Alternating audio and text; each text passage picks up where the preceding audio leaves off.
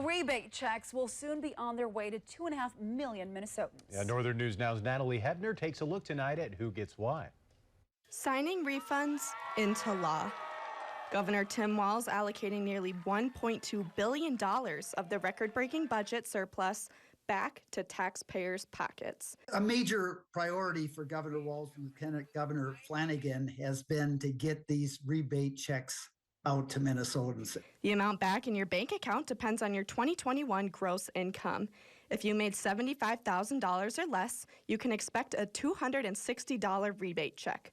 Couples making $150,000 or less can expect a $520 check, and families can expect more. An additional $260 for each dependent, up to a maximum of 3 dependents. So the maximum credit is $1,300 for a family of 5. The Department of Revenue will begin sending these checks this fall. Senator Ann Rest says these checks come at a time when families need it most. I think and hope they'll come in time for those who have school expenses for their family or even for themselves.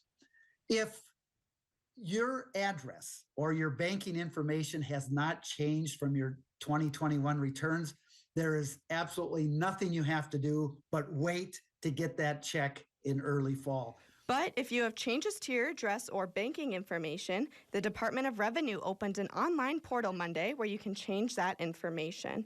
That online form is open until July 28th, returning millions of state dollars. This is a start. Back to working Minnesotans. For Northern News Now, I'm Natalie Hebner. Natalie, thank you. Now, the Department of Revenue says the rebate checks will not be taxed by the state. However, they're unsure if the checks will be taxed federally. You'll receive the money if you were a Minnesota resident for part or for all of 2021. You will not get paid if someone claimed you as a dependent. And if you live in Wisconsin but work in Minnesota, you are also not eligible. We have a link with more eligibility questions right now at northernnewsnow.com.